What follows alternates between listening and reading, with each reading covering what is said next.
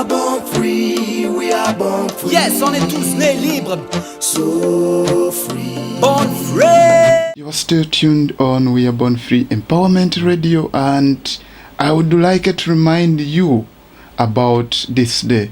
This day, you know it very well. It's our day. It's Wednesday, which we dedicate to our program called We Are Born Free, Teach the World Right. In this show today, I would like to dedicate something, a song or this show also to our beloved brother from Uganda who passed away this week.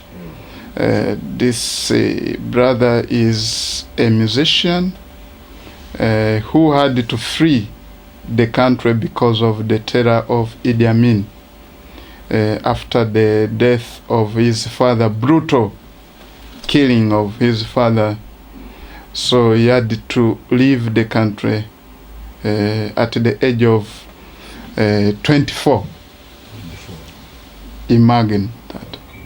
As we were, like I was trying to tell you yesterday, that they smuggled him in a trailer, like where they could see maybe they are carrying maize or what, because the soldiers knew that this is a son of Olyema, and they could also kill him. So what happened? This artist is called Geoffrey Olyema. Is an international renowned musician who was born in 1953 in Sorot, Uganda. His father was a politician who rose to the rank of minister, and his mother was a director of the national dance company called the Heartbeat of Africa. Geoffrey's family was immersed in Uganda's traditional cultures and were storytellers, poets, musicians, and so on, and politicians, talented family. As a teenager, Geoffrey wrote songs and learned how to play the guitar, flute, and lokome. Lokome is a metal thumb piano. We have this small instrument here. It's not. Is it here? Yeah. Thanks. Since we are on live somewhere, you know, this is lakome. For our dear listeners, they should. In my language, in Lusoga, Luganda, we call it deudeu. Endongo ye chiti, deudeu.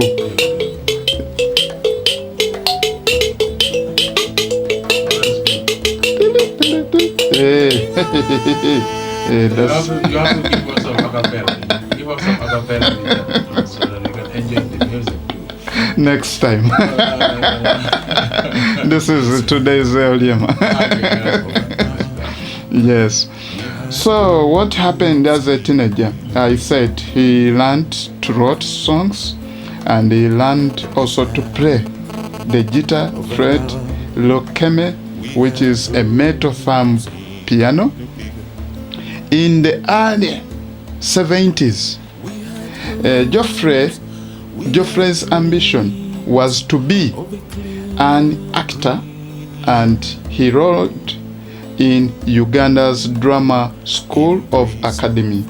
He founded an African drama company, Theatre Limited, the first academy of dramatic artists and professional theatre troupe of its kind in East Africa. in East and Central Africa in the 1970s. Geoffrey studied drama and specialized in the methods of acting and pioneered by Konstantin Stanlowski, I don't know this name, and Krotowski's avant-garde methods of acting. Mixing these techniques with traditional African theater, the result was a very original theater of the absurd. It was fantastic. It was excellent when he mixed those techniques. Ezo techniques ze yayiga bwe yabigattamu katika onsabye bannaye. My brother has asked me to talk to you in my language, I understand.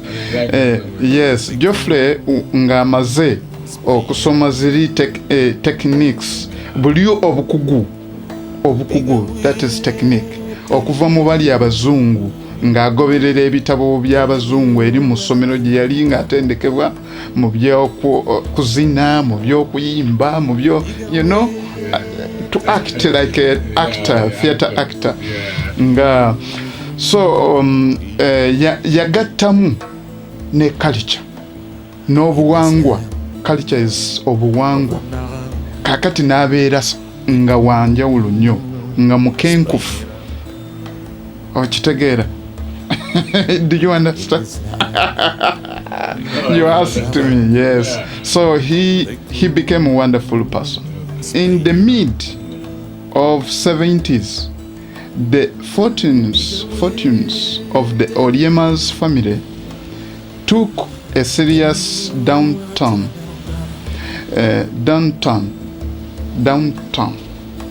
Oriema's father, a minister in Idi Amin's government, was killed in February 1977. Geoffrey and several members of his family decided to flee the country in fear of their own lives. With the help of friends, Geoffrey was smuggled across the border to Kenya in the trunk of a car. After a long and arduous journey, Geoffrey ended up in Paris, where he settled and learned French. So that's where his whereabout was.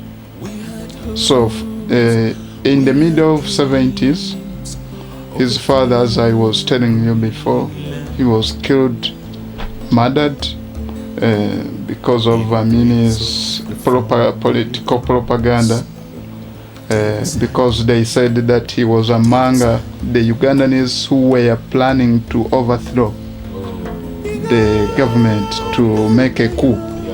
And remember, first of all was Inspector General of Police, and later he was promoted to elected as a minister, cabinet minister.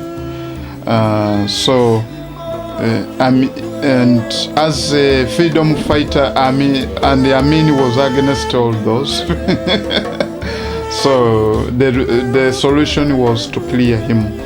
And as I remember the history, his father was killed together with a bishop, Janan Luum, which they killed them first, and then they put them in a car and smashed the car. And later the news came out that they died in accident while Idi Amin killed them. So that was the brutal life of Geoffrey. But great that, as in my language, that akawama kerandiza koka. So if it's like also a trunk, a stem of cassava plant. Yeah. If you throw it somewhere, it will grow itself. Yeah, itself. You know, that is the translation. As so, Geoffrey has been part of the portion of a cassava plant. They threw him in Paris, so he rose up from there.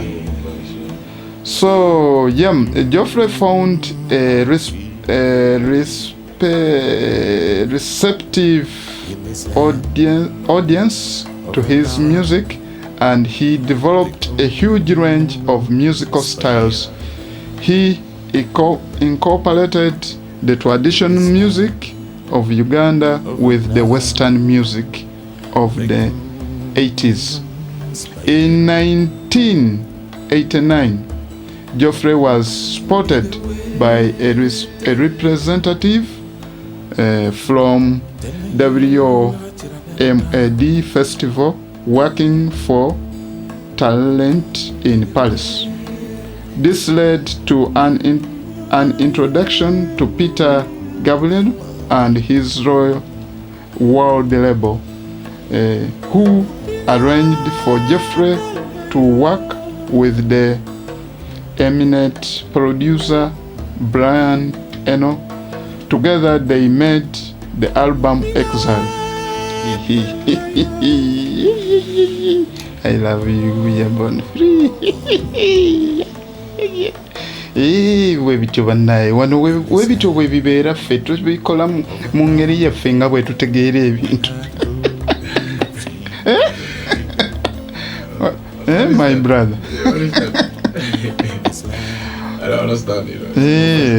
You have to learn. Yeah. People listen out there, listen, you know, help me hear with this language. Kati naawe yogera mu lulwo. Yeah. Gova ludda wa. I like the language, but I cannot speak it. Yogera nange mu lulimi olulwo. Madinka. Yeah. Let us converse in Madinka and Luganda, okay, so that the people they understand that we have the culture. And they should know that Africa is very gracious, you know, is very beautiful. Right. Yes. So I will conclude.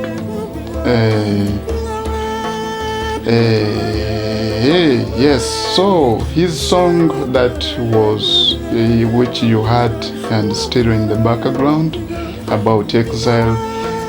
This song was based on his experiences as a youth in Uganda. It brought critical acclaim and established Geoffrey's reputation as a significant African singer-songwriter.